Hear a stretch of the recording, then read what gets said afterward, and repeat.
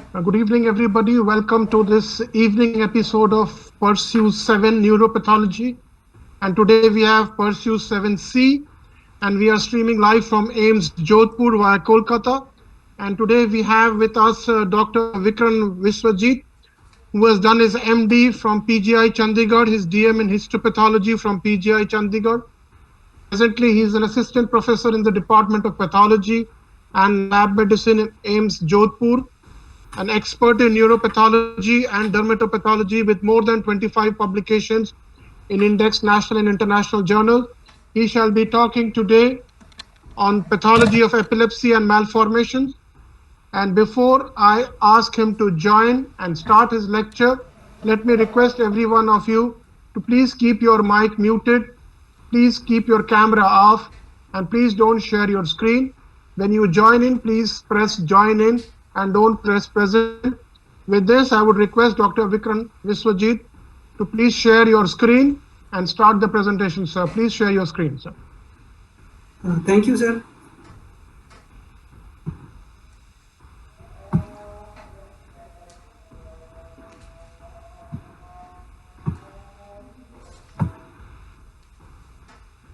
Sir, can you see my screen, sir? Yes, I can see your screen. Please make it full screen and please change your pointer. Okay, sir.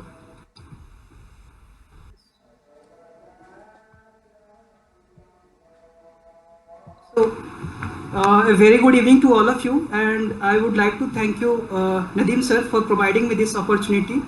So, I will try to do a good job with this topic.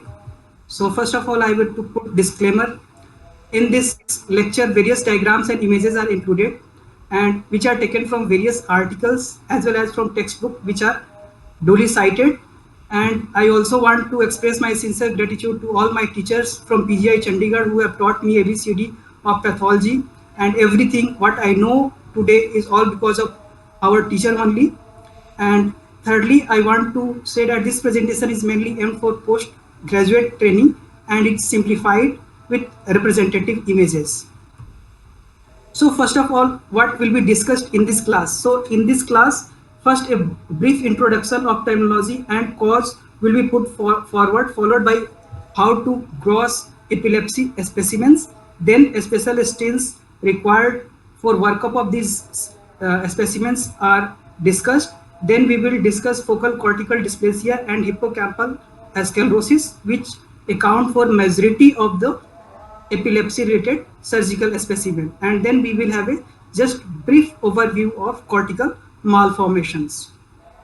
With this, I am starting the topic. So as we all know, epilepsy is a common clinical manifestation and is caused by a variety of underlying pathologic condition. There is a difference between seizure and epilepsy. Seizure is defined as clinical expression of abnormal excessive synchronous discharge of neurons which reside in the cerebral cortex. Seizure is generally a intermittent and self-limited process, and seizures which are caused by electrolyte imbalances, hypocalcemia, fever, or infectious pathology, they are not categorized into epilepsy. They should not be called as epilepsy. In 2014, International League Against Epilepsy Task Force have given definition of epilepsy according to which an individual is considered to have epilepsy when any of the following are seen. First, at least 2 unprovoked seizures which are more than 24 hours apart. Second point is 1 unprovoked seizure and a probability of further seizure which is more than 60% and can occur over the next 10 years. For example, suppose an elderly patient have a middle cerebral artery stroke, and after 6 weeks he developed a seizure. So this, according to the classification, since there is no acute correlation with the stroke, this condition will be labeled as epilepsy, not as seizure, because there is a high chance of further seizure-like event in the future. Third is condition requires diagnosis of an epilepsy syndrome, such as infantile myoclonic encephalopathy. So epilepsy is a common condition, and according to WHO data, more than 50 million people are affected worldwide, and it is not a specific disease entity. It includes different etiology ranging from genetic to metabolic to environmental factors, and often trauma, a stroke can lead to development of epilepsy in later life. Epilepsy generally has a good prognosis in most of the cases, and 3/4 of the cases patients are free from epilepsy after medical treatment alone. Only 5 to 10% of the cases require surgical intervention. And in this class, we will be dealing about the pathology of these 5 to 10% cases which require surgical intervention. So this is a table taken from this book, which is a very nice book, Surgical Neuropathology of Focal Epilepsies. So in this is a large cohort of more than 5,000 persons operated for epilepsy in a German neuropathology center, and here you can see most of the cases are due to hippocampal sclerosis and malformation. These together account for more than 50% of these cases, and tumors scars due to perinatal injury, vascular lesions such as AV malformations or cavernoma or encephalitis, they account for the other proportions of these cases. And in this table you can also see approximately 6.5% of the cases no histopathological lesions could be identified. It doesn't mean they are functionally normal. They may be functionally abnormal, which escapes the definition or resolution of light microscopy. They may require molecular testing to delineate the pathology in those lesions. So in this class, our discussion will be about hippocampal sclerosis and cortical malformation. We will touch tumors, scars, vascular lesions, and encephalitis as a part of focal cortical dysplasia. So what we receive in surgical pathology laboratory. So epilepsy surgery usually includes selective hippocampectomy with or without amygdala. Then there can be anterior temporal lobectomy, right or left, depending on the involvement. Then there can be removal of the lesional part or cortical resection of an MRI negative epileptogenic brain regions. So for pathological examination, it is very important to have anatomically intact tissue, because orientation is very important for making a diagnosis of focal cortical dysplasia or hippocampal sclerosis. So it is mandatory to have proper orientation of the tissue, and you should understand how the tissue should be oriented, and you can always ask neurosurgeon's help. And it is better if you can collect the sample itself in the operation theater and ask the surgeon there only which is the anterior part, which is the posterior part, and you can label them with a staple or ink. Because once a specimen is distorted or you have wrongly sectioned it, it is very difficult. So once it is received in pathological laboratory, it should be weighed properly, size of the specimen should be noted, and if possible, photographs should also be taken. For molecular investigation, fresh tissue sample can be taken and be put in -80 for further analysis. Ideally, the specimen should be serially sliced at 5 mm interval along anatomical axis. So this is a specimen received after hippocampal resected hippocampus specimen. In this, you have to orient the specimen along the anterior posterior axis and make a serially slice the specimen along this axis, and you have to arrange it at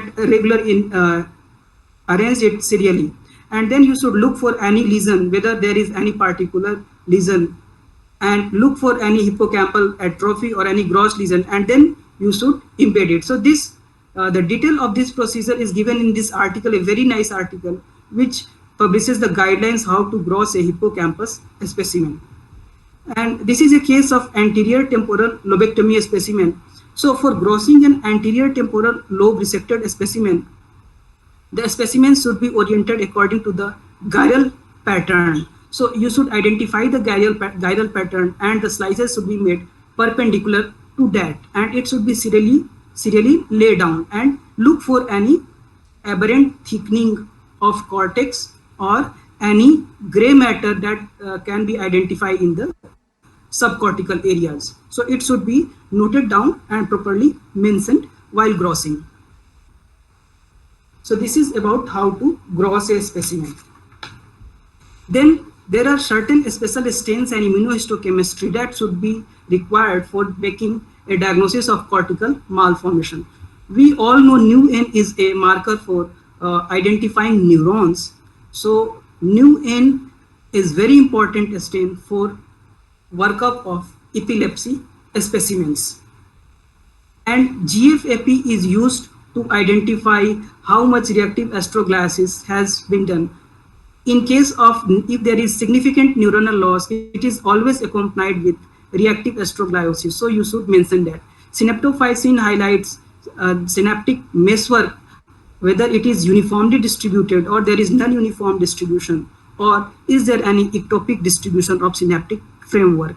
Neurofilament protein is another important stain, and it is very useful for identifying dysmorphic neurons, which we will discuss when we will be describing focal cortical dysplasia.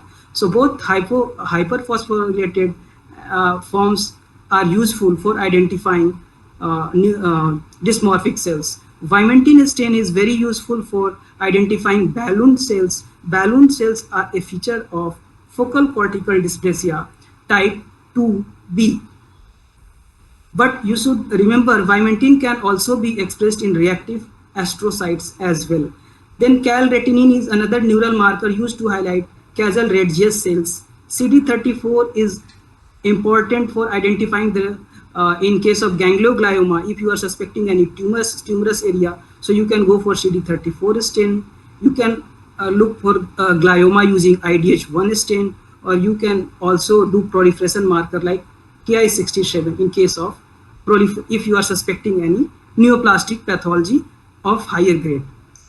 Then CD45, CD68 and CD3 can be used to identify inflammatory lesion that can cause epilepsy, such as Rasmussen's encephalitis or limbic encephalitis. They are associated with macrophage, microglial activation and lymphocyte infiltration. So these stains are very useful at that time.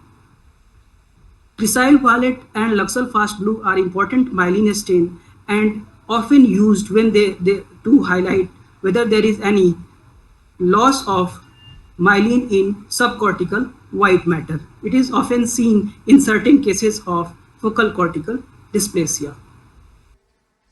So just to revise, what are the different layers of cerebral cortex? So this is not a good, but I will just after that there is new NIHC slide, so that will be better. So this is the first layer. This is molecular layer followed by external granular layer. Then you have the external pyramidal layer, and then a small band of layer 4, that is inner granular layer. Then you have inner pyramidal layer and multiforme layer. So this is a schematic diagram to show the same. Here you can see this is your molecular layer where there is hardly any neurons. Neurons should not be present in a significant amount in molecular layer. Then you have a second layer called outer granular layer, which is usually comprised of a smaller neurons, and they usually play a role of interneurons. Then you have a layer 3, which is called outer pyramidal layer, and outer pyramidal layer consists of cells with long axon that often extend into other cortical area either as association fiber or commissural fiber. Then there is a fourth layer called inner granular layer. This is again a small neurons, and they also act as interneurons. Then you have a fifth layer called internal pyramidal layer. So this neurons have long axonal process, and their processes extend outside the cortex. And then you have a sixth layer, which is called multiform layer or polymorphic layer. So this is new in immunohistochemistry, how you can to appreciate the different layer of cerebral cortex. So here you can see this new and where new and no new and positive cells are present, that is molecular layer. Then you have external granular layer, which is comprised of a small neurons. Then you have a layer of pyramidal cells, that is external pyramidal layer.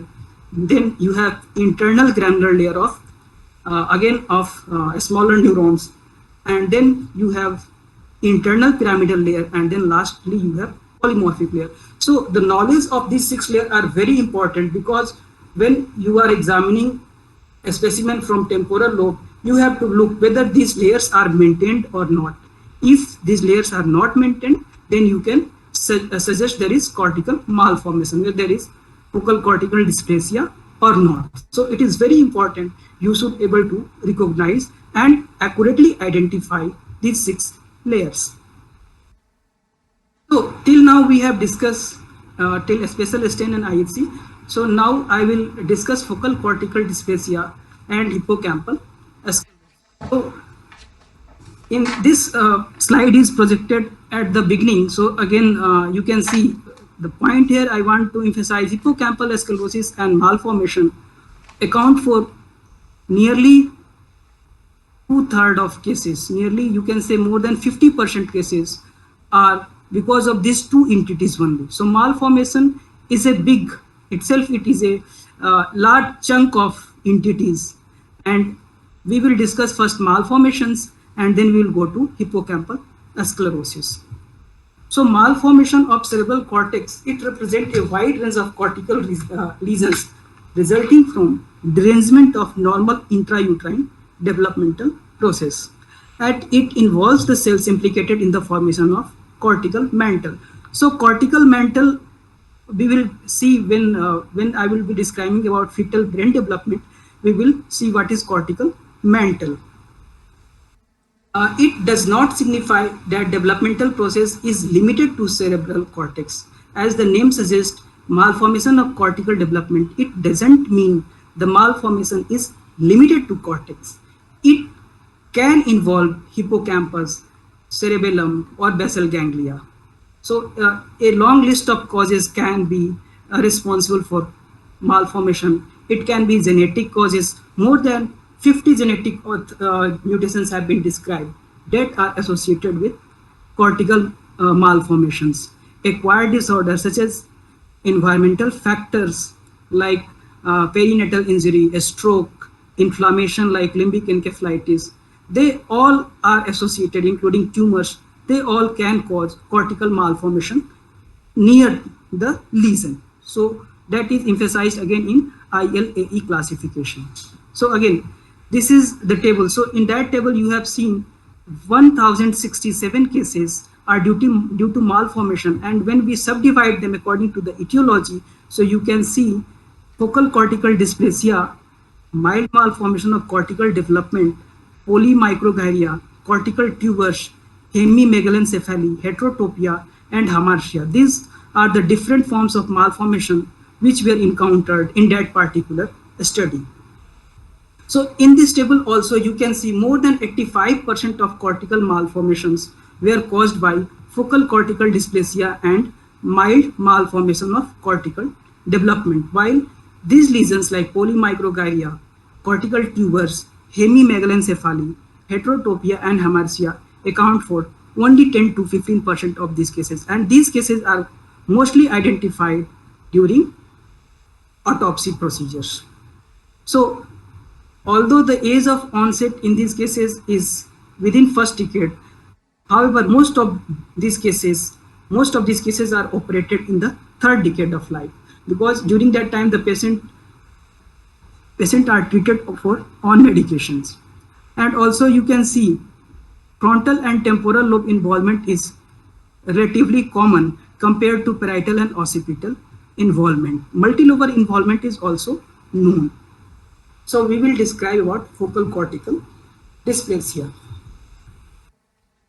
Focal cortical dysplasia is an important cause of cortical malformation and can be located in any part of cerebral cortex. It can have variable size and location and can also affect multiple lobes. Epilepsy is the main clinical manifestation of these lesions. However, these lesions are often associated with behavioral disturbances, particularly if the lesion involves temporal lobe. And the epilepsy which are caused by the focal cortical dysplasia, they are drug resistant.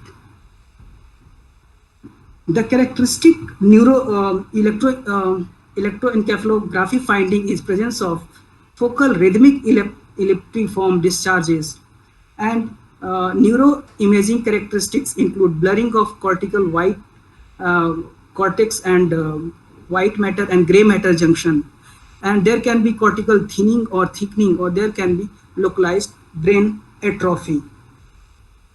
Immature and unmyelinated brain, which represent dysplastic focus, shows increased T2 signal on radiology as well. So this is a very nice article and published by the Task Force of International League Against Epilepsy group. So they have classified focal cortical dysplasia into 3 tiers. So the 2 FCD type 1 and type 2 are isolated forms, while type 3 are associated with principal lesion.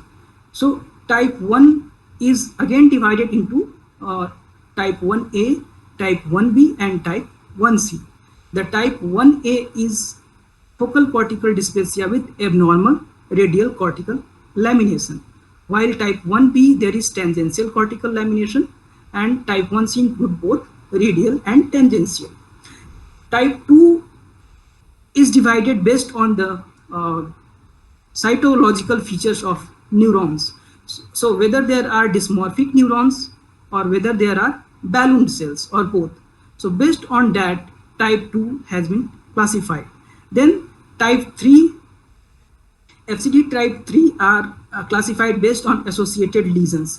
If cortical lamination abnormalities are present with hippocampal sclerosis, that is known as FCD type 3A. If they are associated with tumor, then it is type 3B, and if there is associated vascular malformation, it is classified as type 3C.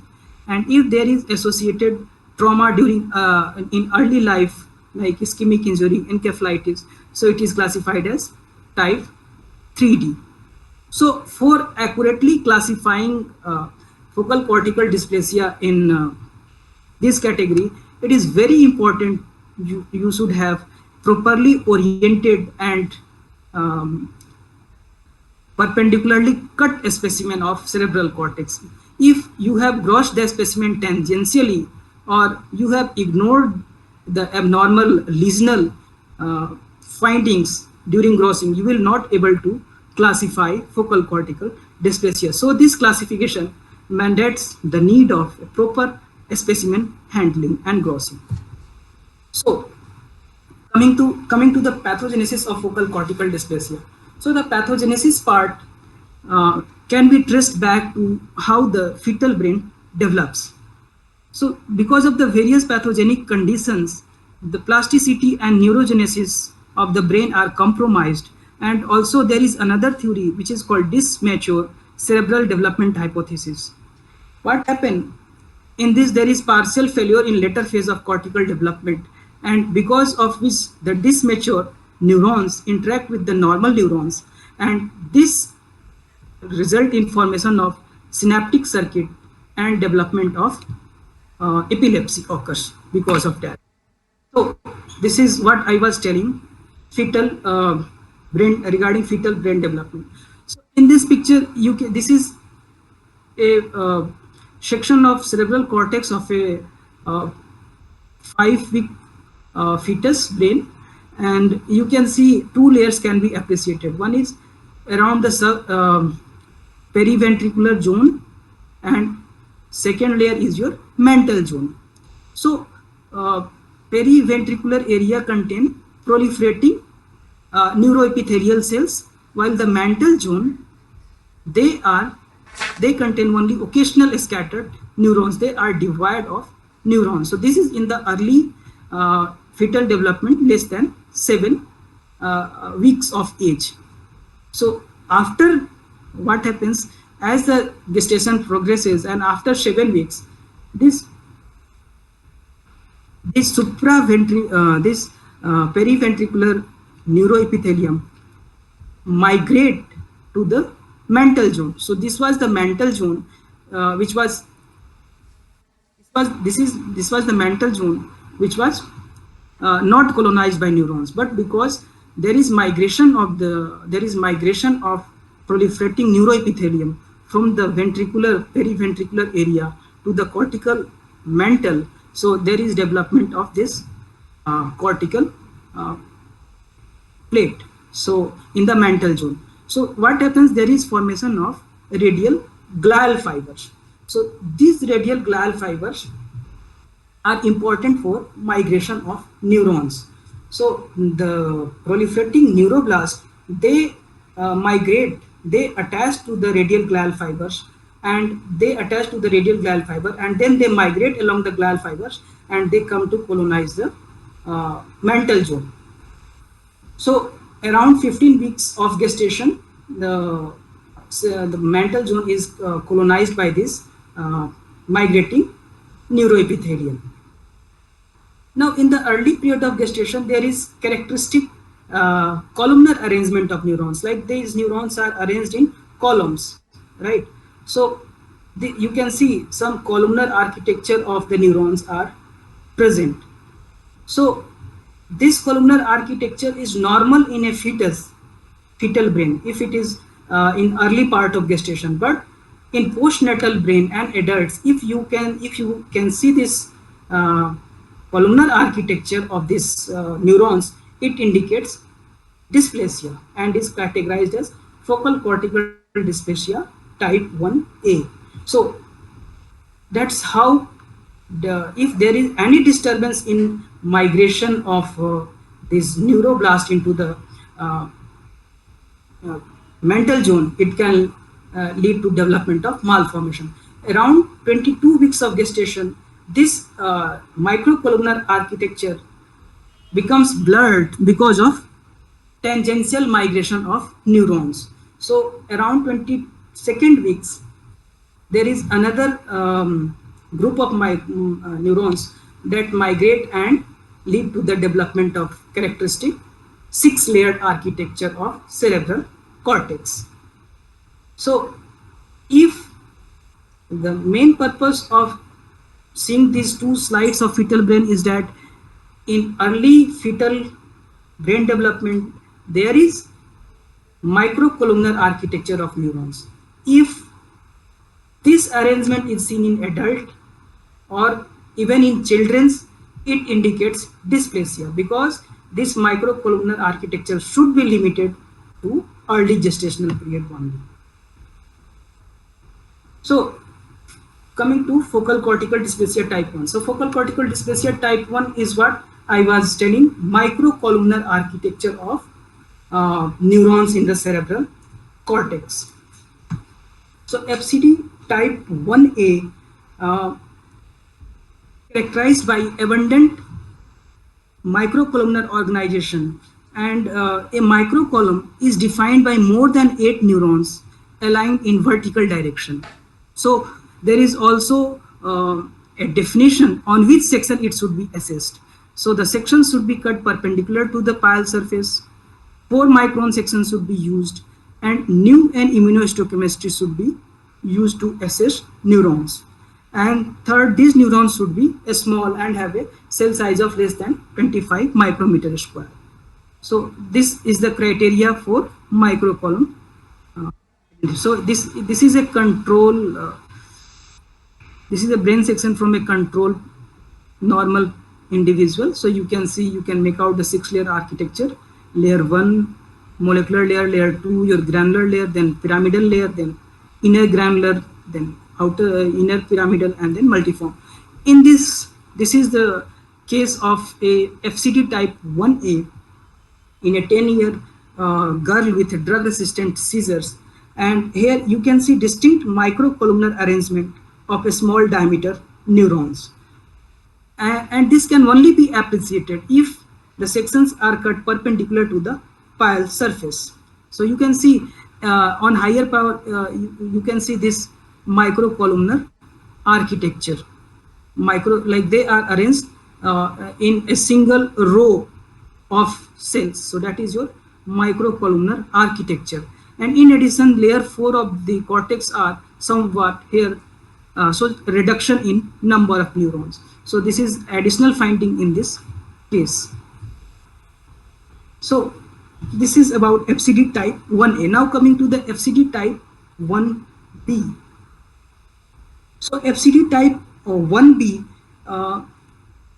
there is abnormal tangential cortical lamination. So abnormal tangential lamination, like what happens there, you are not able to see the 6-layer architecture of the cerebral cortex, or there can be loss of layer 2 or layer 4, or the border with the white matter is not well demarcated. So tangential dyslamination can be in any form, but what is the most important thing, you are not able to clearly delineate or define the different layer of cerebral cortex.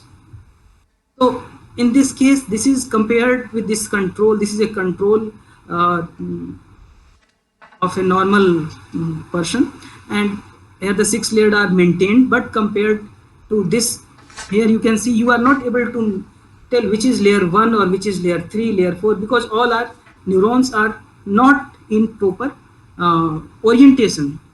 They are not layered properly, so you are not able to correctly comment on the different layers. And again, this is again in this picture you can see layer 4 of this cortex. Layer 4 of this cortex is completely missing. So because of which the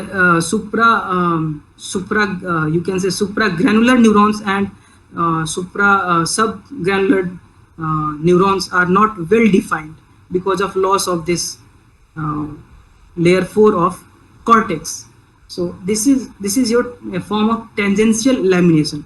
So in radial dyslamination, you have microcolumnar arrangement, but in tangential, you are not able to define the different layer of cerebral cortex, because there can be loss of layer 4, or there can be loss of layer 2, or the pyramidal cells of layer 5 have entered into layer 4, or layer 4 have been divided into 2 parts. 2 different forms of tangential lamination are described in literature. Actually, these dysplastic lesions are very uncommon, but and then again there is FCD type 1C. So type 1C, as earlier said, it includes cases which shows both radial as well as tangential dyslamination. Means you are not able to see layered structure, as well as there is microcolumnar architecture as well. So that will qualify as FCD type 1C. Now coming to FCD type 2B. So type 2B is defined on presence of cytological abnormalities. So if there is presence of dysmorphic neurons, or there is associated balloon cells. So if there is only dysmorphic neuron, it is called FCD type 2A. So dysmorphic neurons, and if it is associated with balloon cell, it is type 2B. So it is important to know in this FCD type 2B, there can be cortical lamination abnormalities. Means there can be tangential dyslamination or radial dyslamination. Both can be present, but the important point, you have to identify balloon cells or dysmorphic cells. So only presence of these 2 cells will lead to leveling of FCD type 2. So FCD type 2A is defined by presence of dysmorphic neurons. Dysmorphic neurons are significantly enlarged cell body and nucleus, and they are malorientation, and often they have abnormally distributed intracellular nuclear substance, And another important feature is there is accumulation of neurofilament protein. So in the earlier I have said neurofilament protein is a very important marker for identification of dysmorphic neurons because there is cytoplasmic accumulation of neurofilament protein.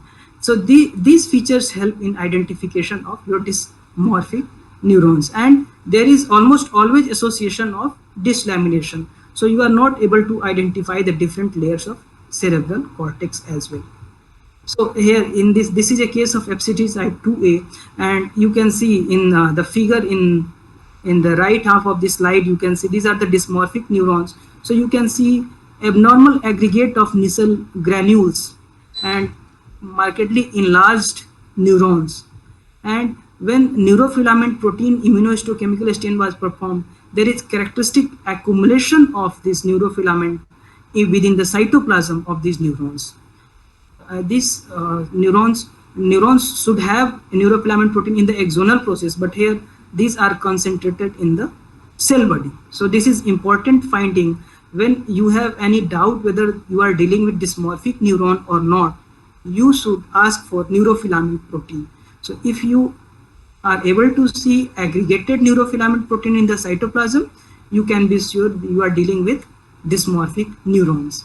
And almost always associated feature are abnormal layering pattern. So in this section of cerebral cortex, you are not able to clearly delineate which is layer 2, which is layer 3, or which is layer 5. So this is an associated lamination abnormalities. So this is about FCD type 2A. Now coming to FCD type 2B. So FCD type 2B is characterized by focal cortical dysplasia with dysmorphic neurons and balloon cells.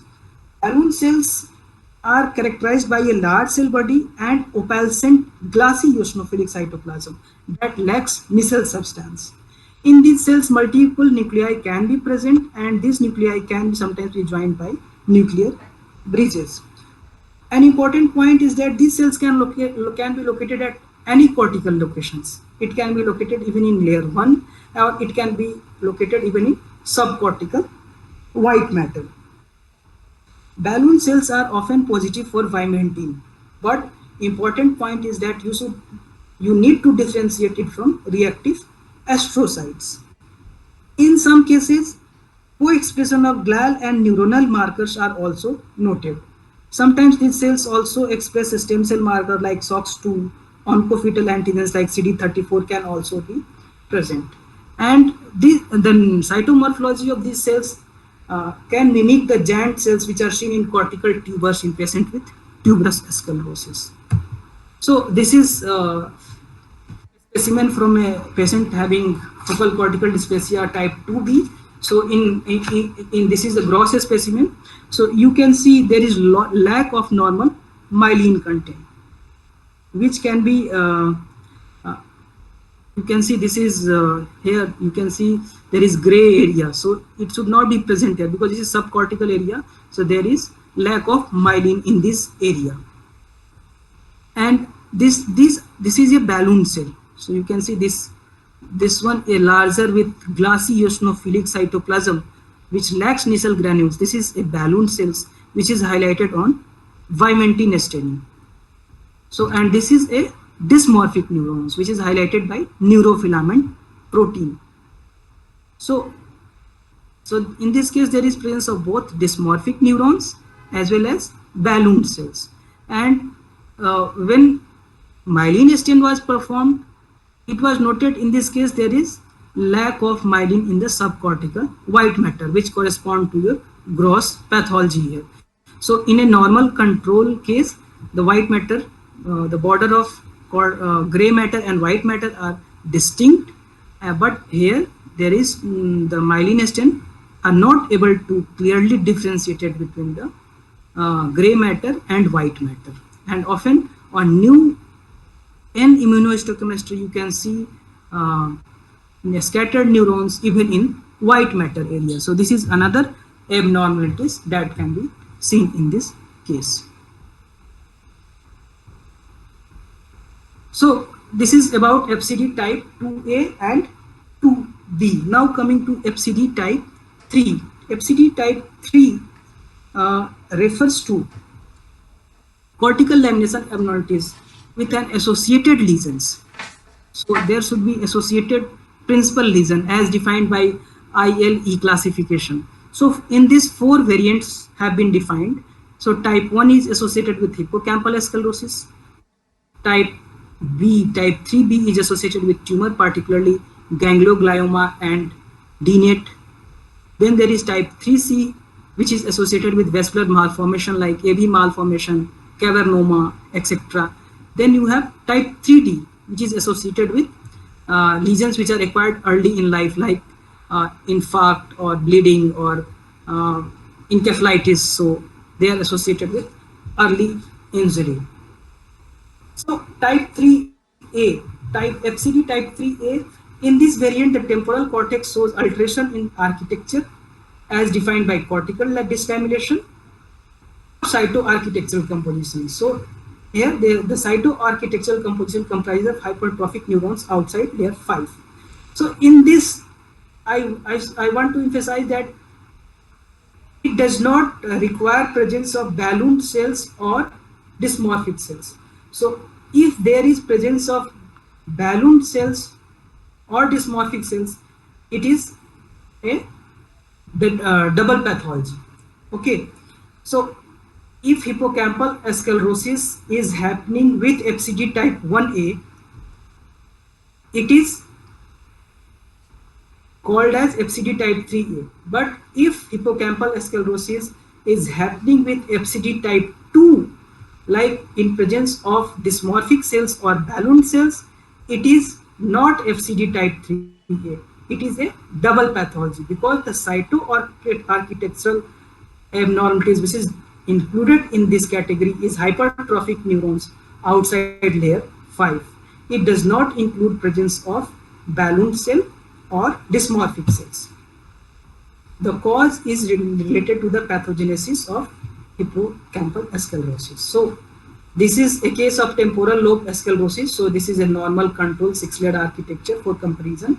And here you can see there is marked loss of layer 3. So you can see layer 2 and layer 3 are completely, they are disrupted compared to when you compare to controlled,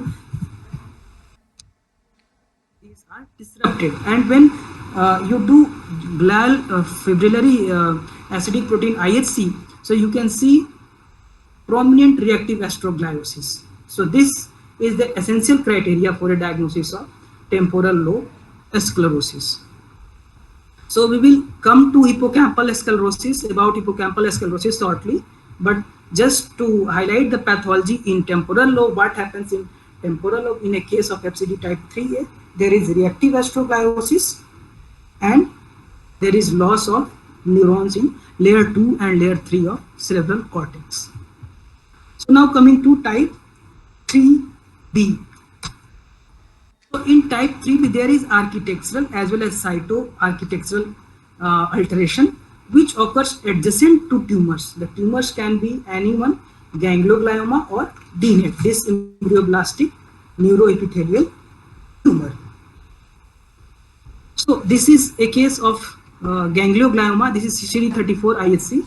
So CD34 IHC clearly highlight the areas of your tumor, and here there are, you can see the new N.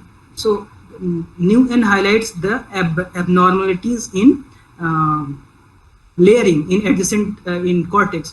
But the main problem here is you have to look carefully whether area where you are assessing the layers of cerebral cortex, whether they are infiltrated by tumor or not. So if they are infiltrated by tumor, it should not be labeled as focal cortical dysplasia, right? So you have to identify, you have to exclude the area of tumor cell infiltration before assessing focal cortical lamination abnormalities. Okay, so CD34 IHC is again I am repeating, CD34 is used to highlight the areas of ganglioglioma in this case, and the cortex which is away from the tumor is showing lamination abnormalities. So that's why there is, this case was classified as type 3B, because infiltration of the tumor in this area was excluded by CD34 IHC, and then only a diagnosis of FCD type 3B was made. This is a case of DNET tumor. Here the tumor is infiltrated into the adjacent cortex which shows dislamination, but it was not labeled as FCD because infiltration of the tumor cells in this area was seen. So in case there is dislamination of cerebral cortex in area of tumor infiltration, you should not have to consider as focal cortical dysplasia. This is the important point. So now coming to type 3C. So type 3C is characterized by alteration in architecture and cytoarchitectural composition adjacent to vascular malformation. That can be cavernoma, AV malformation, telangiectasia or meningiomatosis. So it is in most of the cases these are acquired process. The architectural abnormalities is acquired secondary to development of principal lesions. But in these cases, seizure activity may arise from altered networks in this affected cortical area.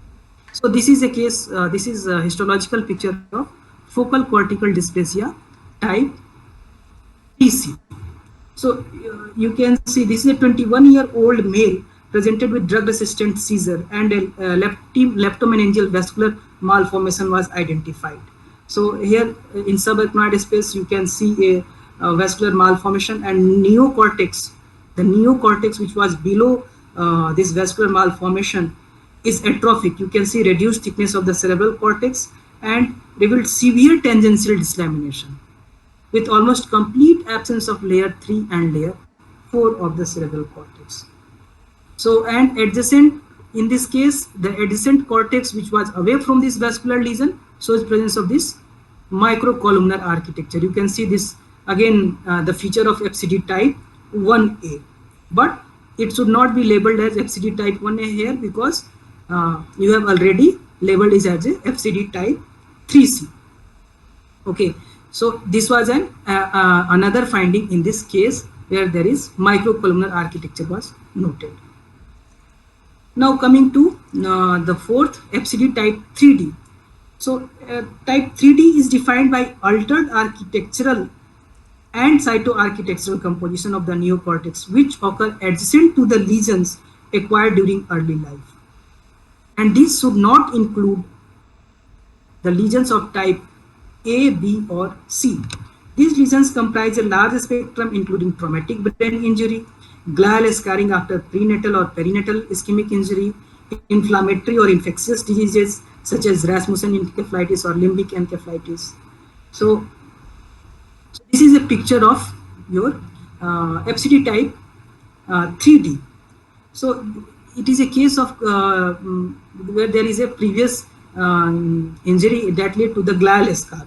So scarring in a young child with perinatal hemorrhagic brain injury.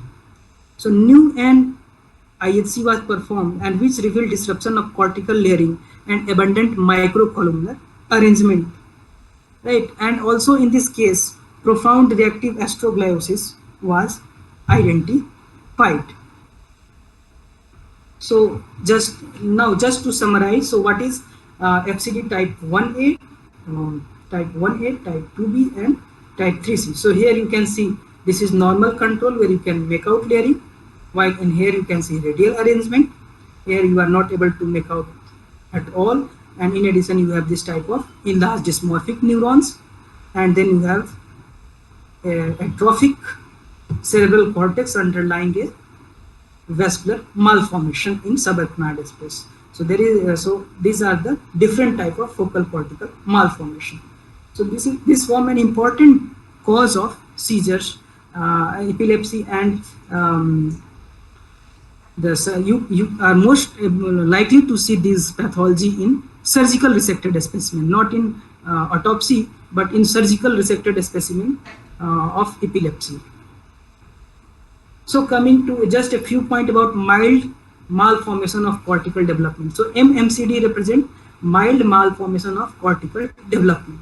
So it describes increased heterotopic neurons that occurs either in layer 1 or neocortex or in subcortical white matter. So layer 1 is lack of neurons.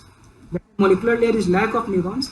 If neurons are present in layer 1, it is called MMCD type 1, and if heterotopic neurons are present in subcortical white matter, it is called MMCD type 2. But these cases as alone have no effect on development of epilepsy. Diagnosis should only be considered when other structural lesions are ruled out, because if they are present in, they can be present in presence of FCDs. So if they have no importance if they are seen in presence of focal cortical dysplasia. So this is a picture. So here you can see this is gray matter, this is white matter in a control subject.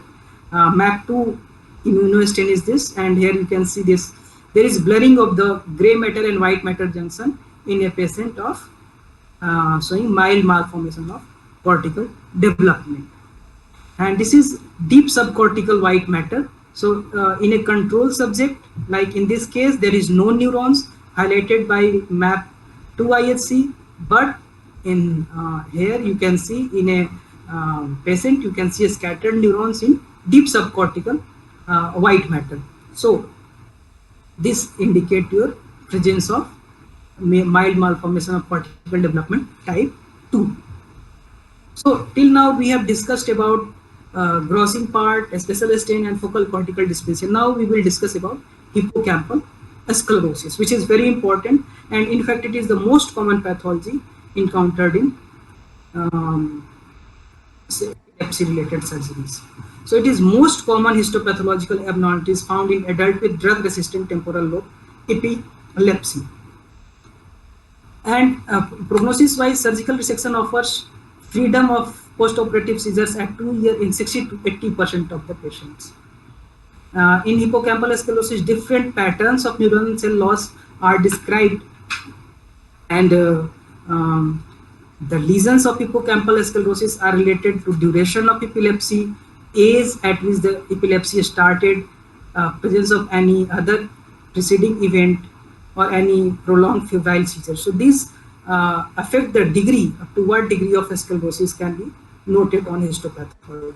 So this is a normal section of a hippocampus. So you can able to see this is a band of neurons.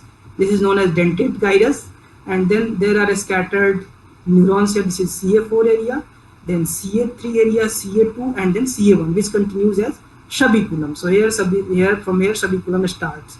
So this is a section of your hippocampus, which is better delineated here. This is crescile violet luxal fast blue stain.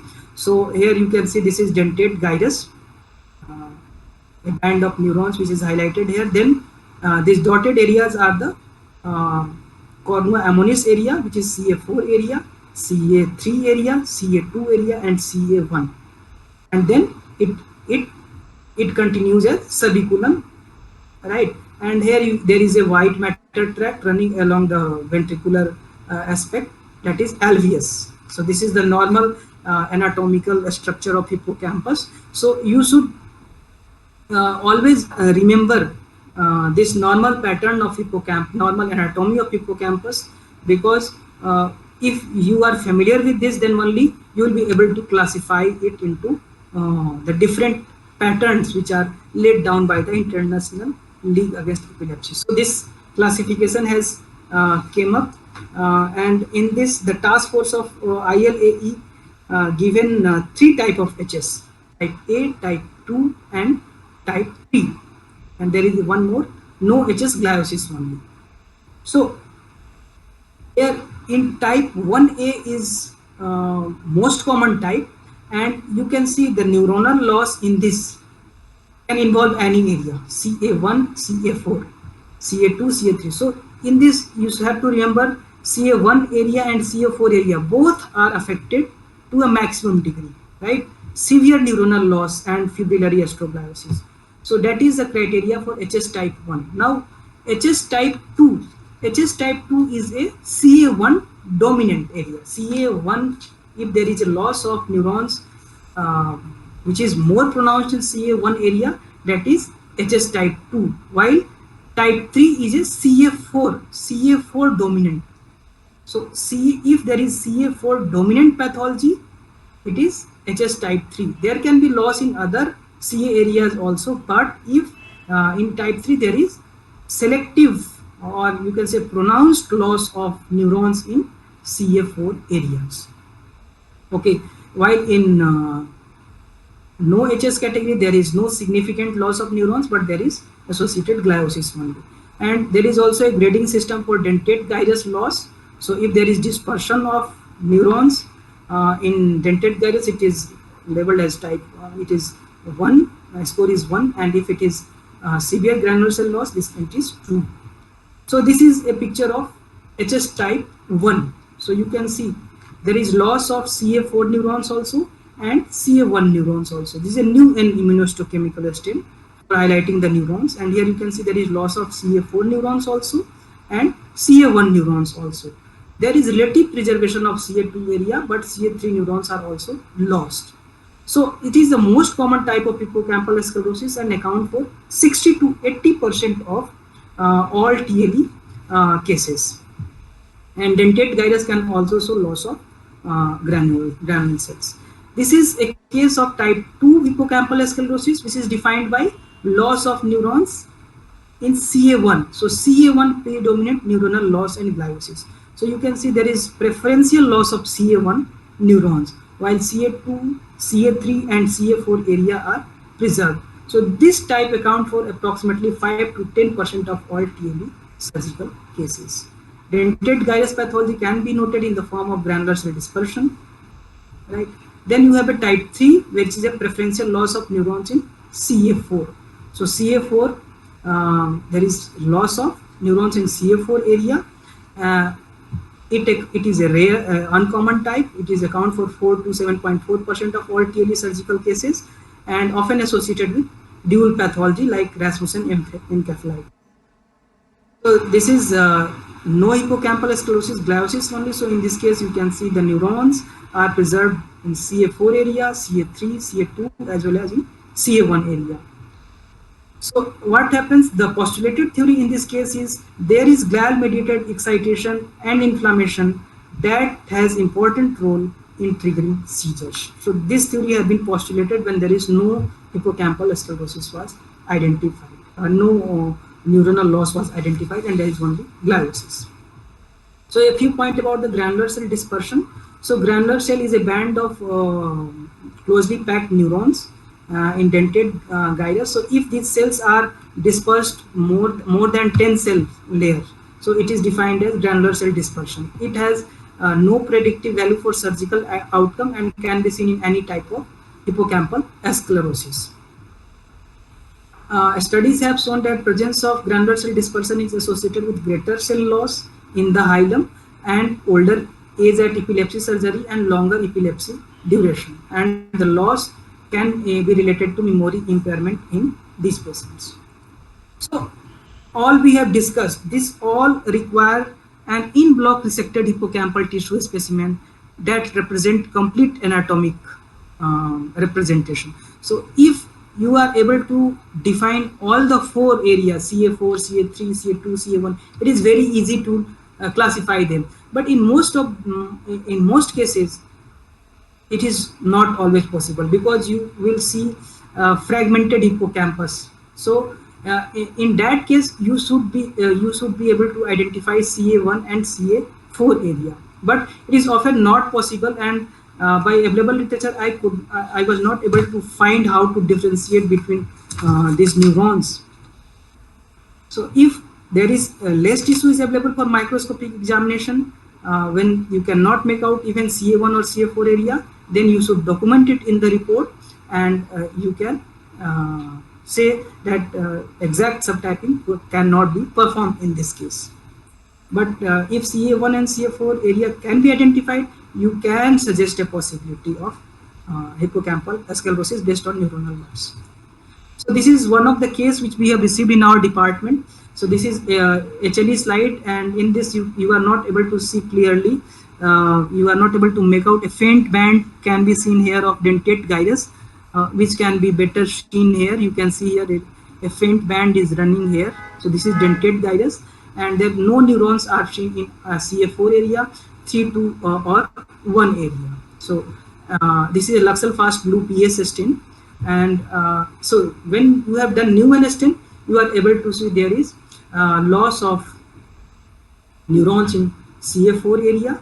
There is also loss in CA3 area, relative preservation in CA2 area, and there is marked loss in CA1 area. So this, according to the classification system, this will fall into hippocampal sclerosis 1, because there is loss in CA4 area as well as in CA1 area. So this is on high magnification, you can see this pink area are nothing but corpora amyloacea that can be seen, and this is your dentate gyrus. So dentate gyrus neurons are depleted. So this is you can see there is severe loss of granular cell of dentate gyrus. So there is definite granular cell loss in this case also. So this is an important finding in this case, and you can see on HNE these are the granule cells of the dentate gyrus. And here in this CA4 area, you are not able to identify any neurons. Whatever you are seeing is reactive astrocytes and some reactive proliferation and some corporas. Like here, there are some corporas you can see. So and when this is GFAP immunostain, and here you can see moderate to severe degree of astroblasis. You can see this severe degree of astroblasis can be noted. So this was a case of hippocampal sclerosis type 1A, and when the section was taken from temporal lobe, the temporal lobe section, temporal lobectomy specimen was also sent, and on Neumann stain there was no cortical dislamination abnormality. So you are able to see the layer 1 molecular layer, layer 2 this is granular layer, then pyramidal layer, then inner granular layer, then inner pyramidal and multiform. So you are able to see all the layers. So no dislamination or microcolumnar architecture was noted in this case. So this case was labeled as a HS type 1. So till now we have discussed, coming to the last part here, like other cortical malformation. I will give just a brief overview of these areas. So till now we have discussed the majority FCD type 2A, 1 MMCD. So we will discuss this, which account for polymicrogyria, cortical tumor, semimegalencephaly, heterotopia, and hamartia. So this account for 10 to 15% of cases.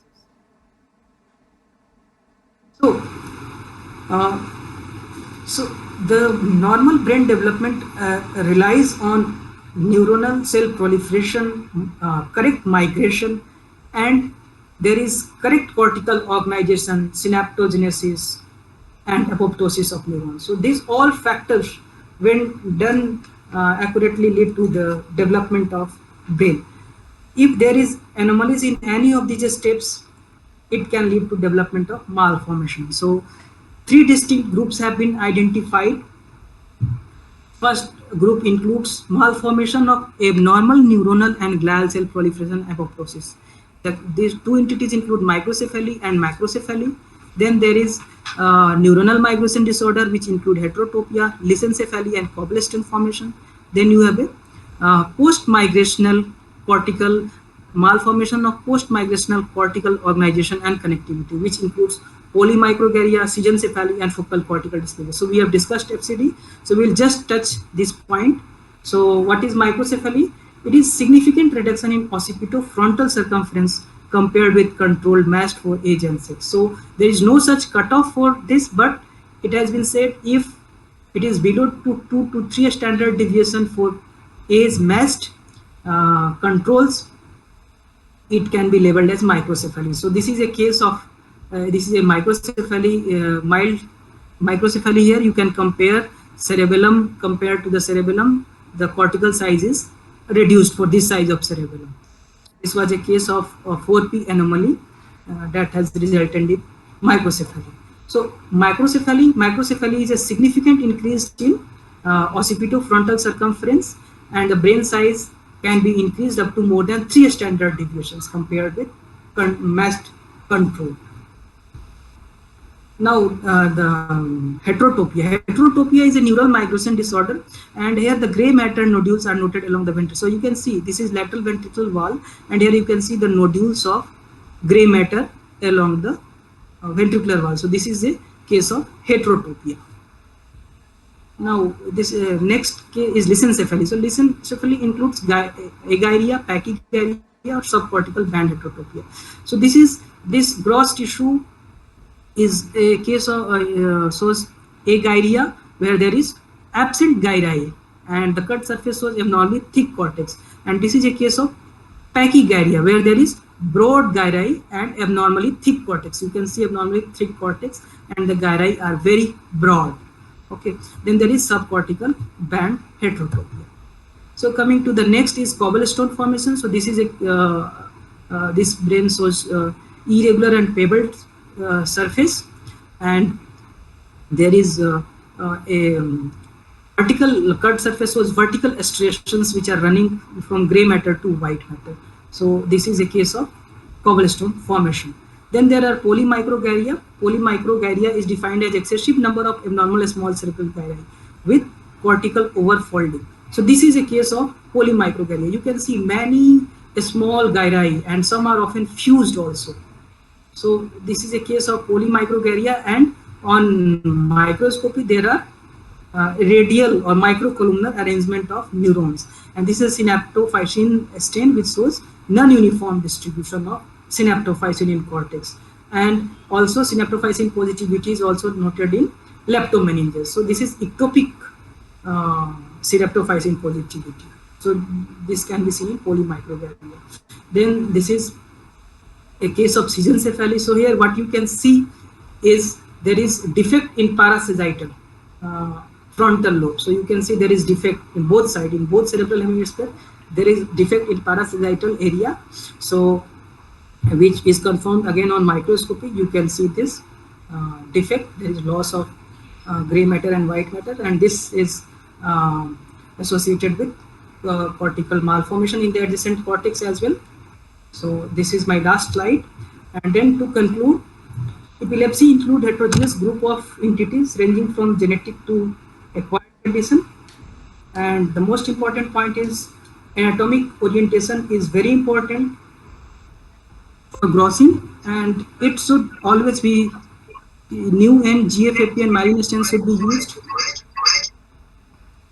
and then hippocampal sclerosis and FCD comprises a large proportion of cases operated for.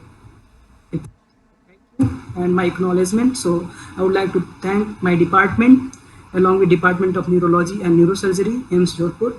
Thank you again. Thank you, Dr. Vikram. I think this was a very difficult topic which you have taken. And yes, sir. Absolutely. Let me be very honest. I don't understand much of it, but I sat through, tried to understand. It was a very difficult topic, and you made it very simple, and you did You did it very nicely. Thank you so much. Now let me ask people in the group if they have any queries and questions. If anybody has any questions or queries, they can unmute their mic and ask. You can stop presenting so that we can see you. Okay, okay, sir.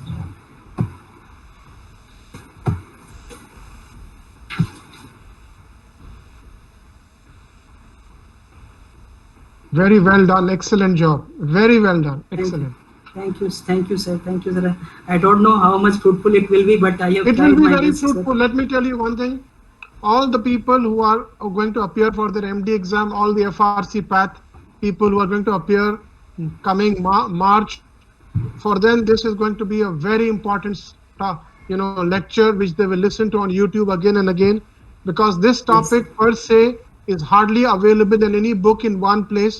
You have taken the trouble of bringing so many books and journals together to explain the topic so nicely and so easily. I think it will be a very important document and video for everybody who wants to appear for their MD exam as well as to go for their diplomat or FRC path. This is very important. Thank you so much, and I'm so happy that you have been able to do justice to this very, very difficult topic. Very few people understand this. Mahamaya says, thank you, Dr. Vikram. You made it so simplified. True, Dr. Mahamaya is absolutely right. Yeah. You really simplified the topic. You really worked hard. Let me congratulate you again and again. God bless you. Since there are no questions, Thank thank you so much. See you soon with other topics. I think next week you are going to speak. Isn't that right? Yes, sir. Next Friday we have another topic, sir. Next Friday we have another topic. In between we have neoplastic lesions of CNS. Right. Thank you, Dr. Vikram. Thank you so much. God bless you. Bye bye. Good night. Good night, everybody. Bye bye. Thank you, sir. Bye, sir.